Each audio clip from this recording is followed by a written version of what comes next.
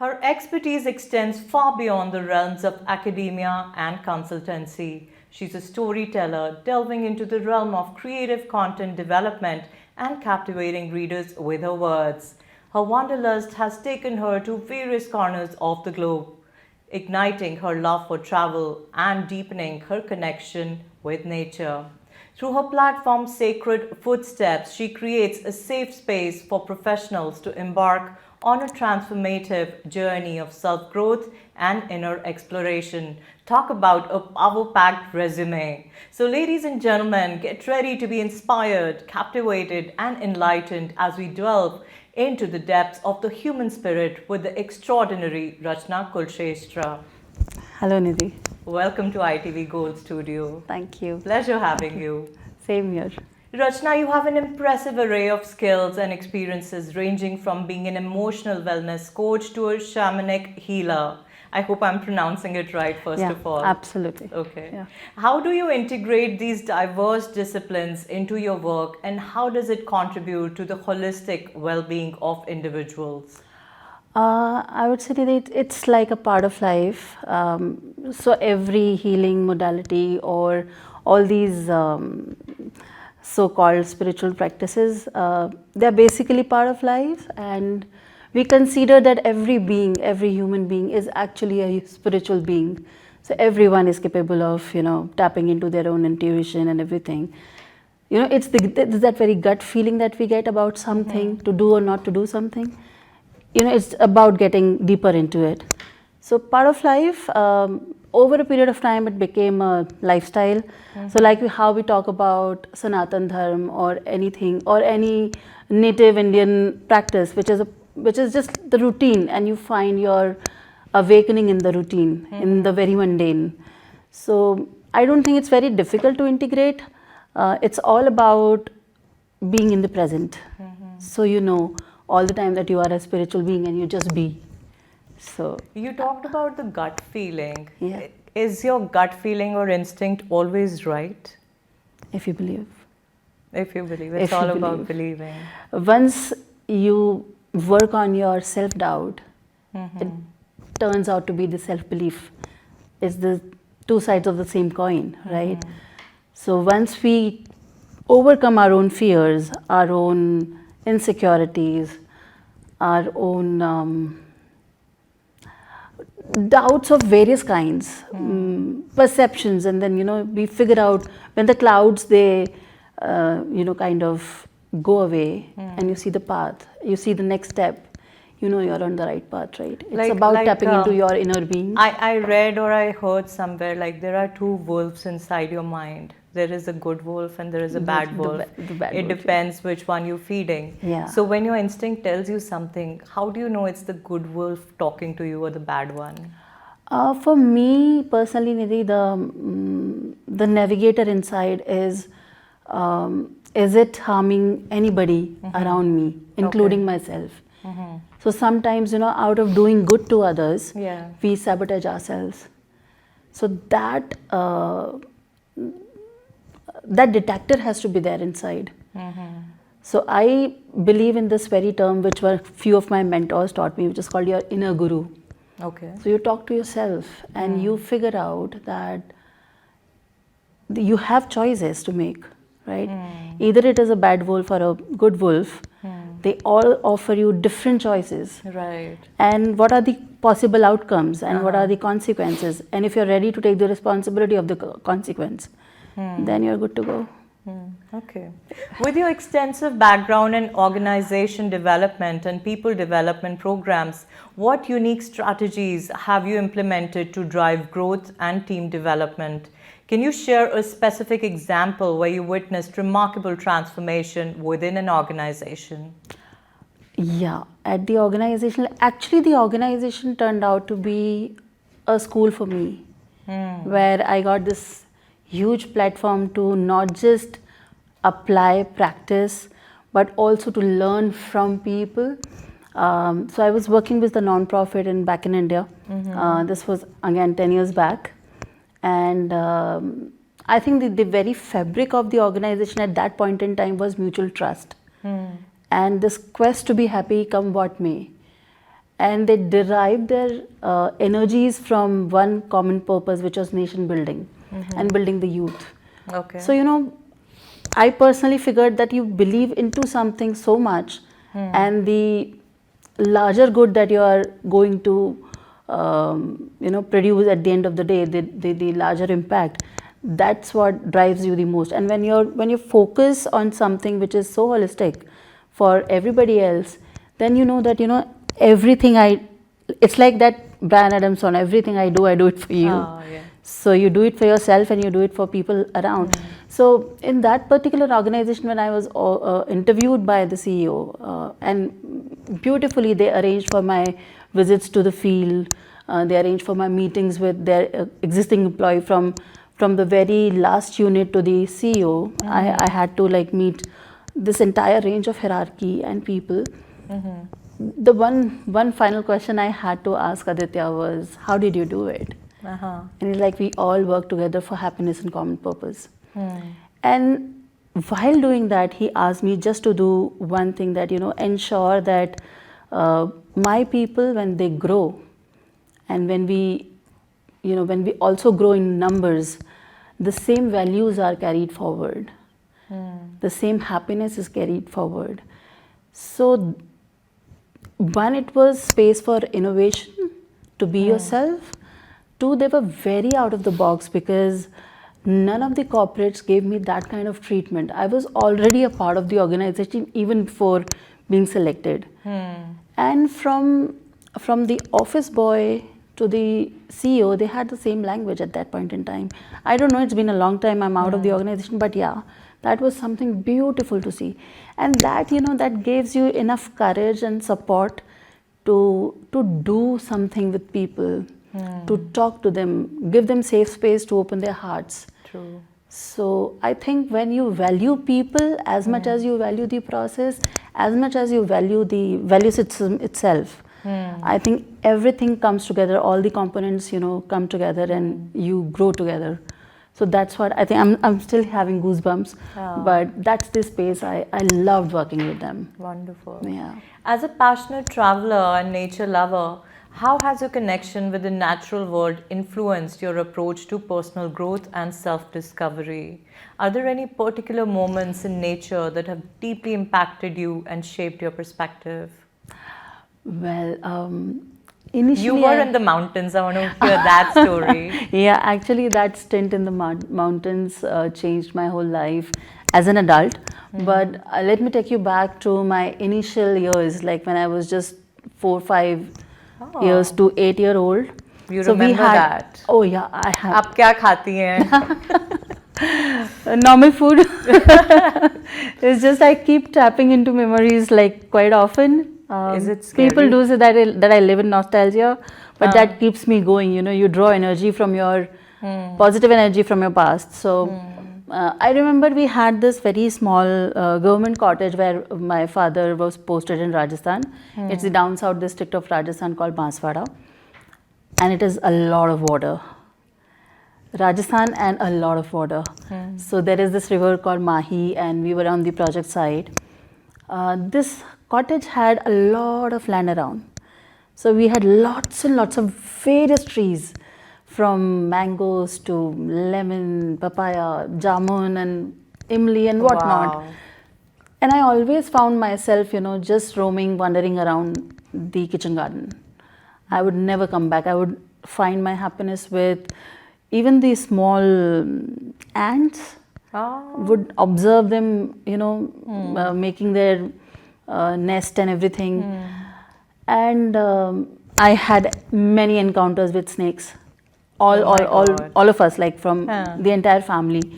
And every time that certain thing happened, my parents always taught me to be humble to them. Though at that point in time, there was a lot of mythology involved and a lot of mythological traditional history was involved. Like I was told that snakes are our maternal uncles. The clan we are from. So we are Chitragupta's clan. Maternal uncles मतलब मामा हुए. मामा हो गए. So आपके मामा हुए ancestors. क्या बात है. ऐसे हो गए कि if you've heard of Yamaraj, Yeah. right? His accountant of karma is Chitragupta. So we are Chitragupta's clan. आप सबका हिसाब किताब रखती हैं. And they say that one of the wives was a Nagkanya. So my father would always tell, if you see a snake or something, do not go near, just fold your hands and let it pass. Scientifically, yes, if you don't move, they will pass and they'll not harm you because they are not threatened. This is how, I believe that Indian culture and Indian understanding of things is intertwined. And I used to feel so, I can't tell you, I used to feel very excited when I saw snakes. Initially, yes, when I was a child, I would be like a Tom and Jerry, running around and shouting and everything. But gradually, I think when I look back, I feel that whole experience in that particular house, on that particular land, taught me to be in sort of coordination with nature. Because so many plants, so many birds, so many and reptiles, oh my God. Wow. From small monitor lizard to snakes to whatnot. Seen a lot. And also it's a tribal area. So the natives of that land, they know a lot of spells maybe, a lot of ways to heal themselves with nature. So I think that gave me a lot of understanding of how nature operates. And then yes, later after years, I went to mountains in Uttarakhand, rural mountains, to work for it was a rural BPO. So the whole idea was to give employment to the local youth. How beautiful. Because in mountains there are very less employment opportunities other than tourism and or some local small businesses and stuff. So these people were from IBM Dakshan. The whole team, when they got out of the system, they created their own BPOs, 50-seater BPO at every 40-50 kilometer. So I joined them as head of training. But I think my ancestors and my guru, who I believe now I'm more in touch with him, they actually called me there to have a different experience, to see nature in a different light, that you don't need concrete, you don't need technology, you don't need these modern, I would say, toys that humans have created for themselves. Did you use Wi-Fi there, internet? It was because it was a BPO, we had to, because it was the whole idea was about connecting the rural youth to the mainstream technology. And yet, we never needed a TV, we never even needed a fan there. So, and trust you me, I used to weigh a lot than I'm carrying right now. But the weather itself, the routine, it just cut down about 12 kgs of my weight. Didn't do anything, just the metabolism, having organic food, अच्छी हवा, साफ सुथरी हवा, सब कुछ. And the people, the love from people that I receive. When I left the organization for whatever reasons, I remember the day I was coming back from there, my small car, it was a small hatchback, was full up to the roof with gifts. Small things that all the kids had, kids because they were 18 to 25-year-old, and the unconditional love that was flowing from their eyes. You mean, imagine 50 odd people standing right in front of you crying, why are you going? So that purity, that unadulteration of humanity, I think that gave me a lot of faith in unconditional love itself. And nature, oh my God, you just need to sit and listen. It talks. It talks. It does. Wow. So yeah. Your platform, Sacred Footsteps, aims to guide individuals through the process of inner work and self-reflection. Could you elaborate on what inner work means to you and how it can help individuals address attitudinal, emotional, mental, and behavioral patterns that hold them back? Yeah. So Nidhi, my journey from 2002 onwards, once I graduated from my business administration course, I typically worked for a bank in sales, done typical jobs and everything. But again, each and every experience pushed me towards learning and development. And when I became a part of the process in 2004, when I was selected for training officer's position with one of the leading banks, in the leading life insurance companies back in India, the first thing I learned there was self-reflection. And trust me, it was a very tough process, because we love to look everywhere around but within, yes. right? So that process brought out at least one trait about me, was I was good with people. That was the first feedback I received from my mentor. Later she became a friend, and she was the one who gave me this entire art of facilitation. But then yes, gradually going deeper with it, she introduced me to this organization called ISABS, which is Indian Society of Applied Behavioral Sciences, and they used to conduct human process labs for 5 days. So those particular, again it was in mountains, and the whole idea was to remain in here and now for 5 days. Now how do you do that? It's so difficult, because every time you are participating in the process, and if you just say 2 hours before this happened, so one of your facilitators will, they'll stop you, like, you're talking about past. And then you're like, oh shit, yeah, it's past. Why am I even going there, here and now? So with that process, we kind of learn to be okay within ourselves with whatever mood you are into. It was very agitating, very overwhelming, because we were to observe ourselves, that how are we behaving, like really how are we behaving, how are we talking, what is the tone, how are we getting affected from all of the participants around. So that was my first deeper introduction with inner work. Now to me, inner work is the basic art of self-reflection, and you talk to yourself, go deeper within, figure out what is your light side and what is your shadow side. And also understand that these both are really very important for your existence. The dark side, you mean? The dark side, I mean. That's important for your existence. Yes. How come? Because both these sides represent your thoughts and emotions, right? Now, if there is no dark, how would you appreciate light? So if you know that you're short-tempered, if you really know that you're short-tempered, then you may find a way to remain calm in situations.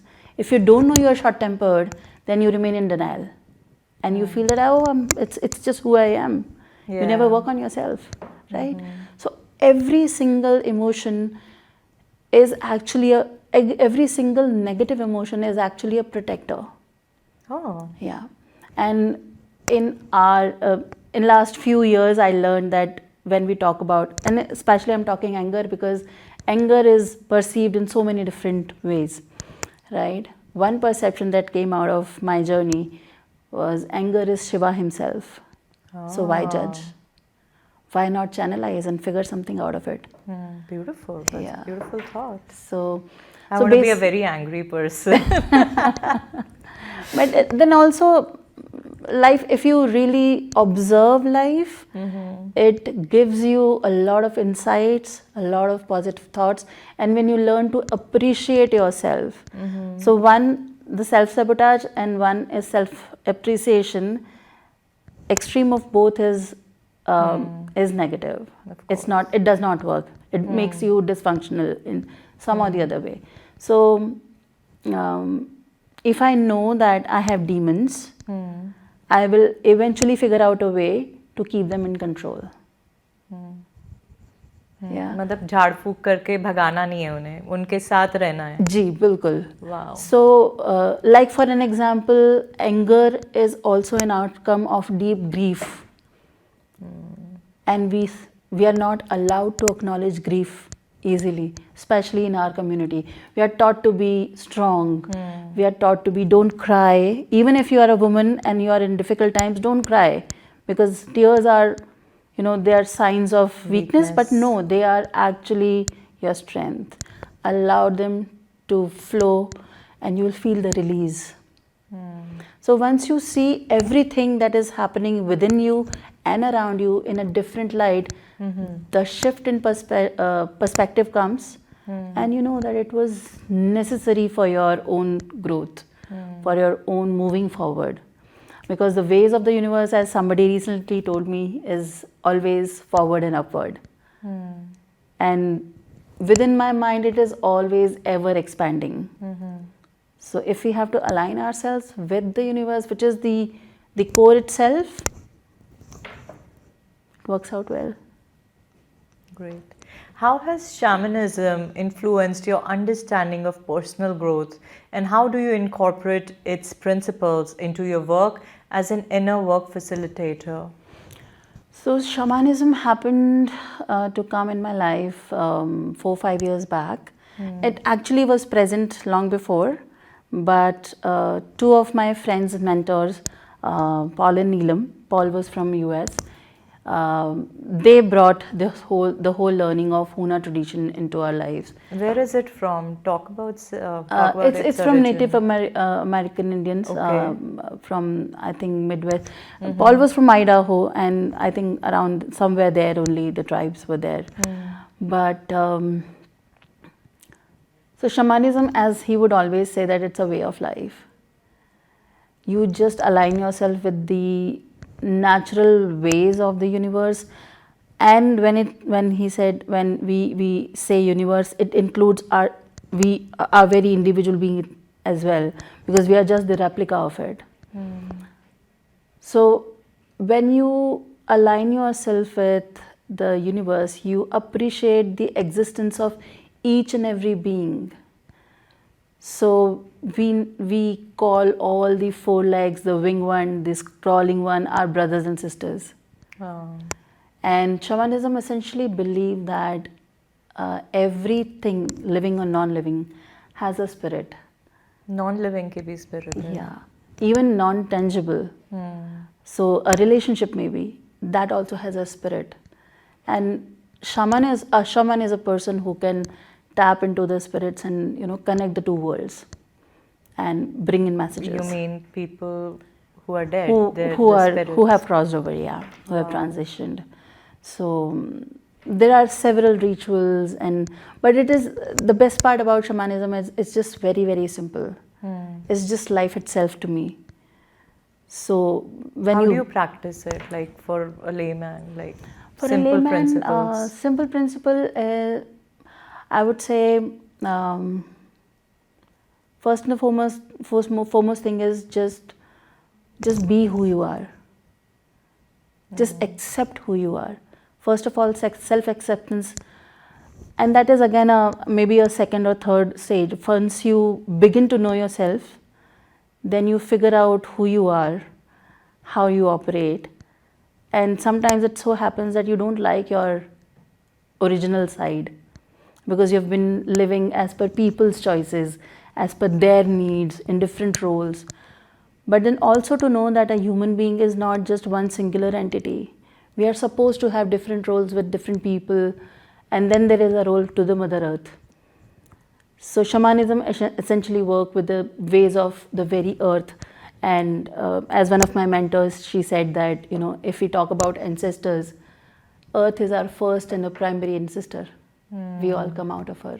So true. So, these are very small, basic, plain things where, you learn to always accept, acknowledge, and forgive and move forward with those learnings.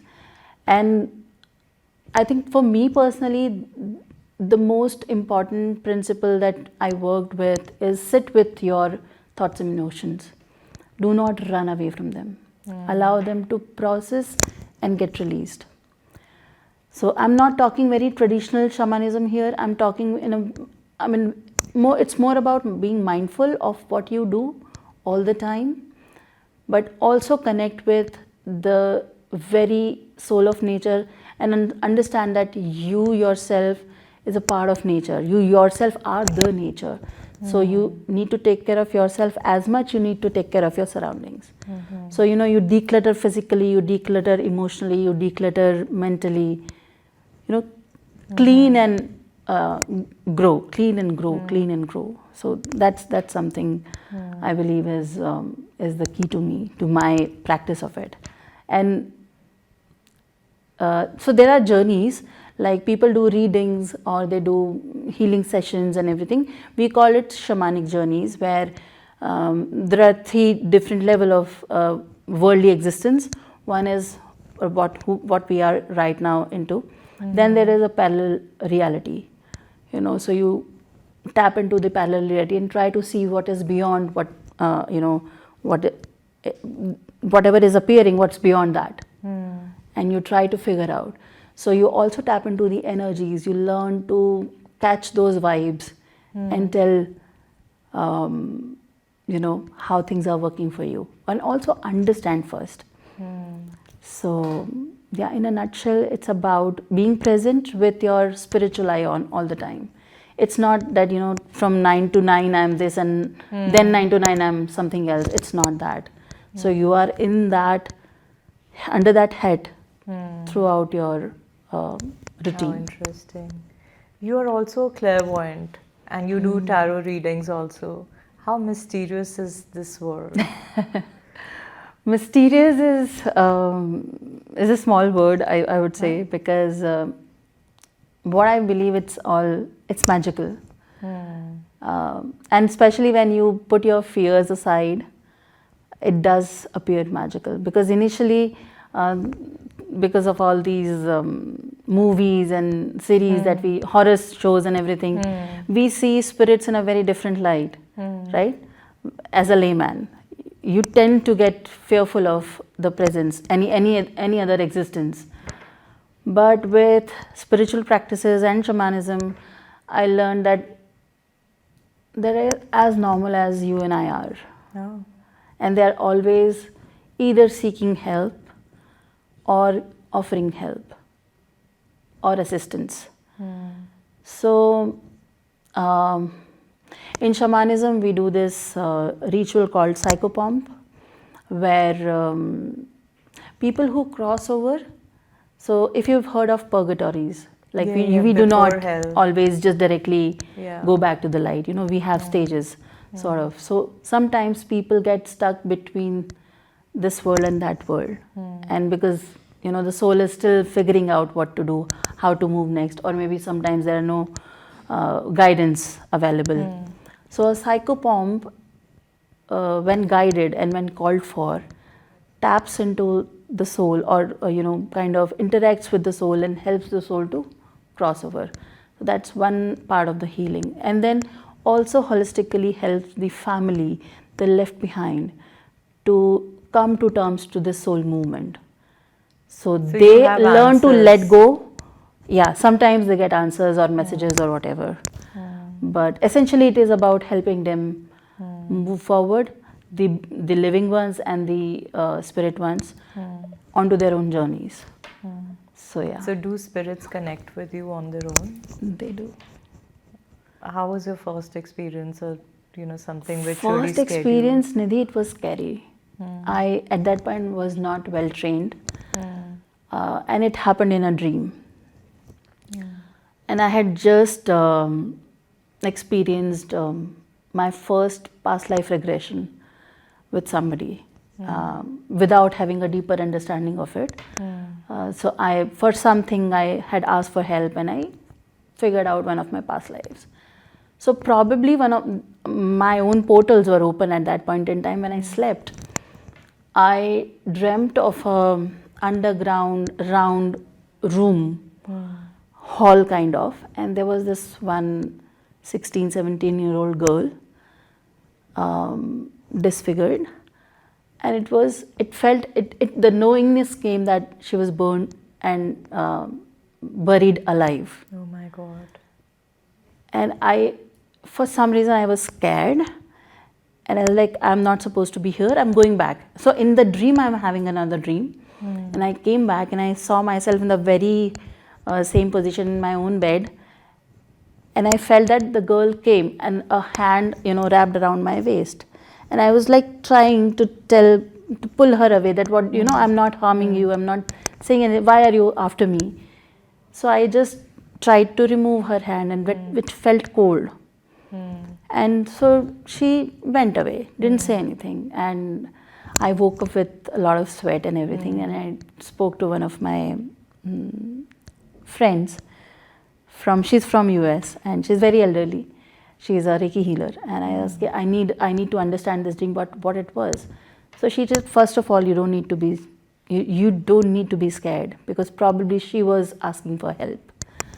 And like, oh, am I capable of even helping someone on the other side? And then she said, if not, if you don't feel like going any deeper into it, just pray for her and just tell her that you release her from her suffering. That was my first ever prayer, conscious prayer as a light worker I did for any spirit. Later, with another psychic friend of mine, I tried to figure out what it was, and it was one of my own past lives. Oh. So I had to release myself from myself. How did you do that? What were you in your past So we did it through a couple of energy healing practices. We clubbed Reiki and some Ho'oponopono prayers alongside and tried to release. And I believe the very acknowledgement, when I resonated with the very fact that probably it was my own past life, my own 16-year-old self in that life, the fear went away. The moment I acknowledged it, there was sudden peace in my heart. Probably it was just looking for that acknowledgement, and that she just wanted me to know that she was there. So it just so happened. But yeah, after that there have been many. As a light worker, there are sides to it. Sometimes, because I'm very sensitive to energies, I'll just share one incident that in 2018 December, I was traveling to Hyderabad, and all of a sudden I started having pain in my back, like right at your middle back, where your backside of your heart chakra is. The pain was shooting, and I ended up having fever, not able to figure out what is happening. So I just took a couple of antibiotics, and since I was traveling, I let me come back, I'll rest. So the fever went away, but the pain didn't. It lasted for good 3 days. The day I came back home, I received a call from one of my friend's cousins, and she said that my friend Mahesh passed away 15 minutes before, and he was on ventilator for 3 days, was remembering me a lot. Oh my God. And because we were looking for some help for his medication and treatment, he was suffering from TB. So we were having a plan to bring him to Delhi and take him to a couple of experts. That couldn't happen. And he just had one thing to say to me, that I wish I had agreed to your proposals and I should have come to Delhi earlier. And he had this message that he actually told his sister to inform me that he's going. And the moment I received the news, cried out my heart, and in an instant the pain was gone. And this has happened several times, Nidhi. So, after that I started, consciously learning and tapping into my bodily feelings, because the energies, I feel them into my body more. So your body processes a lot. Your own emotions, others' emotions, everything. So in shamanism, I also learned to listen to my body, what it is telling me, what is the pain actually talking. So pain is always some kind of a manifestation of some thought process. Some thought process, some unprocessed emotions, some anger, suppressed anger. So every single movement in your body is telling you something. Wonderful. What practical steps or daily practices would you recommend for someone striving to embrace a more holistic and mindful approach to life? It's very, very simple. Breathe. And breathe deep. Okay. So, as children, we naturally breathe from stomach. But as we grow up, in the speed of life, to catch up with it, we forget to breathe properly. We breathe from here, like from lungs. We actually need to breathe from stomach. So first and foremost thing is to learn to breathe properly. If not, takes few minutes off your work, like in different intervals, maybe just 1 minute of deep breathing. You will feel dizzy for a moment, but then it will calm you down. So it's not deep breathing like, it's not that. It's just, when you're breathing in, your stomach should expand, and you are breathing out, it should go in naturally. You should not have to force yourself to do it. 7 to 8 breaths, you will feel remarkable difference in your energy. And your body will relax, your mind will go into a reset. So first and foremost thing is to breathe well, eat well, and well is different for everybody because each body is different. So let's not go by standard prescribed ways of eating, but then listen to your body. If you feel like eating after every regular interval, do that. If not, have your own routine, but do not starve. That is first thing. Don't fall for typical addictions of fast food as much possible. You can have cheat days. And most importantly, drink a lot of water. Got it. Because water is the most simple way of processing your thoughts and emotions. Because 70% of our body is also water. So it helps you process. The more you drink, the more you release, and the more you settle down. Very nice. Given your expertise in leadership behavior and decision making, what are some key insights or principles you believe are essential for mindful and effective leadership in today's ever-evolving world? The key, as everyone says, is to lead by an example. So if you want to become a holistic leader, be a holistic leader for yourself first, or be holistic first. Once you do something, you can inspire somebody else to do the same thing. True. So if you reflect yourself enough, you should be able to, let go of things like, what will people say? If as a leader I do this, what will people say? If I cry, what will people say? If I get nervous, what will people say? These are very small. Allow them to see the human side of you, and they become a fan of yours. And I've seen that because that also came from one of the visits by Dr. Abdul Kalam. He had visited our organization. He was talking to these 18, 20-year-olds right in front of us. And he actually took out a pen and paper to take notes. And he actually took permission from one of our fellows that, whatever you're saying is very interesting. If you don't mind, can I take notes for myself? So that's the kind of humility a leader can have. And with that kind of humility, all of us were in tears. And when he asked the whole journey of that organization, the founder himself, like he was into tears. He couldn't speak for a moment. And that vulnerability, if you are able to see your leaders vulnerable, you can draw strength from within, from your own vulnerability. Because I think if we allow ourselves to be weak in a moment, that moment of weakness gives you a lot of strength, because then you gain trust of many others, and they believe that you are just like me. So that is the first thing. As a leader, I believe it's not about getting things done from others. It's about also demonstrating them how to do it. Very so true. if you can help them develop themselves. So one of my mentors asked, when I was joining the organization, I was asked that, what is your personal aim in life? And I was like, why he is asking such a personal question? What he has to do with it? So I was like, I want to become a writer. And he was like, wow. do you have an idea? I'm like, I write poems and I want to, share my poems with the world.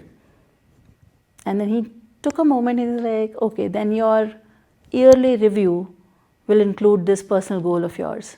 And I would want to see the manuscript. Wow. Nidhi, that gave me so much connect, and I knew that I would want to work with them. So, you become a little personal, you become a little soft. Very true. And then you can really consultatively negotiate for the work to be done. You don't need to, hanko them for things Boss to be around and throw your weight around. Throw your weight. It is not actually needed. So I think being humble, being somebody who is ready to lead from the front, to be able to act and take decisions and take responsibility of the decisions. I think these are the very basic few things which are very, very part of, and remain calm. You don't need to shout. You don't need to. Said. Totally believe in that. Yeah. So finally, as a philanthropist, what drives your passion for making a positive impact in society? Could you share a specific philanthropic project or cause that is close to your heart and the difference it has made in the lives of others? Nidhi, I've worked in social sector for last 10 plus years. Started with the organization that I was talking about. We were working with government education system in India and the school principals and also the development of youth leaders. So to me, I think education is one of my key areas that I like to be a part of when it comes to larger good, because when right kind of education starts at the right time, you can give a child all the life skills needed, all the navigating skills needed, everything needed to be able to become a good human being and an independent one for that matter. So education is one part of what I want to do. The another one is a dream project. Thankfully, my spiritual journey is gradually taking me towards that. So after my father, and I lost my parents a long time ago, but especially after my father and seeing them, both my parents going through cancer and going through, seeing them going through all that pain, I realized one thing that, typically when somebody is critically ill, out of love, affection, protection, and to be able to do anything and everything to save them, we sometimes overlook their choices, who they want to be with, who they don't want to see, about their own medication and everything else. And sometimes when you don't have time to live as such, like if I'm diagnosed with something critical and I'm told that, maybe I just have a year or a month or a two months time to go, the family wants to take over and out of love, and it's completely okay. But the individual somewhere, remains confined to his own thoughts or her own thoughts and does not get the safe space to express. So, seen my parents, seen a lot of other deaths in the family and the friends. I wanted to create a space where people who are into that typical critical situation be able to express themselves well with their families and also make choices how they want to spend the rest of their lives. So, but to be able to do that, so there is something called palliative care, you must have heard of. In Western countries, it is very, very well practiced. Back in India, we are yet to learn the different side of it. So I wanted to create an organization that works for emotional and mental healing of the patient and of the family members, even before they transit. So how can we build a system that facilitates this very patient to make happy choices towards the end of life. That's what I'm really wanting to do since a long time, but it's a very, very niche idea, and a lot of people, get into that. Whenever I've shared, I've received, it is well received also, and then there are people who will, donate for it, or who will people not allow you to talk to their patients, something like that. So then I want to create a network of doctors, I want to create a network of holistic healers, psychiatrists, psychologists, Wow. and common people. If come together, we can really create a system, not necessarily a home, if required maybe later on, but a system where a team can, when somebody, so if I had to reverse engineer, I should be having an option right now at this age to register with an organization where I can tell if I'm diagnosed with any of the critical illnesses, I want this team, and it is the thought in my mind is Right to Life. I want the team of Right to Life to help me decide the rest of my life and help my family as well, because obviously I would need aftercare, I would need medication and everything. I would need a team to manage the life later on. So that is the thought process. But when it comes to holistic transitions, shamanism has already initiated that journey of mine. Wonderful. So I have worked with typical cases lately, and also done some psychopomps, and they come to me. I never have to promote it or sell it, because if I am a conduit to a soul's transition, it will reach out. And you are a tarot card reader. Let's talk about that. Yeah. How do people connect with you? So it's a technological world. Thanks to pandemic, we all are connected online. I have my pages through which you're traveling from India right now. Yeah. Okay. So I do physical sessions one-on-one, and I also do online sessions. So all they need to do is book a session with me. I typically don't sell my time, because I feel that's very business side of it. And as a healer, as a tarot reader, or as a psychic, I feel that time should not be a constraint. But if a person is walking up to me with an issue, I would love to deal with various aspects of that one particular Wonderful. issue. So Rachana, tell us, how can people reach you if they want to get a tarot reading? Great. So Nidhi, I am present on Instagram, Facebook, and I'm also, very soon I'll be launching my website. But on Instagram, you can reach out to me on Rachana Kriti. That's my handle, personal handle. And on Instagram itself, you can reach out to me on Sacred Footsteps. So you can DM me or make a query, or you can write to me at rachanakriti@gmail.com. Wonderful. Yeah. So Rachana, thank you so much for joining us today on the show. Your presence and insights have been truly remarkable. Thank you. We are immensely grateful for the knowledge and wisdom you shared with our viewers. So thank you so much. Thank you.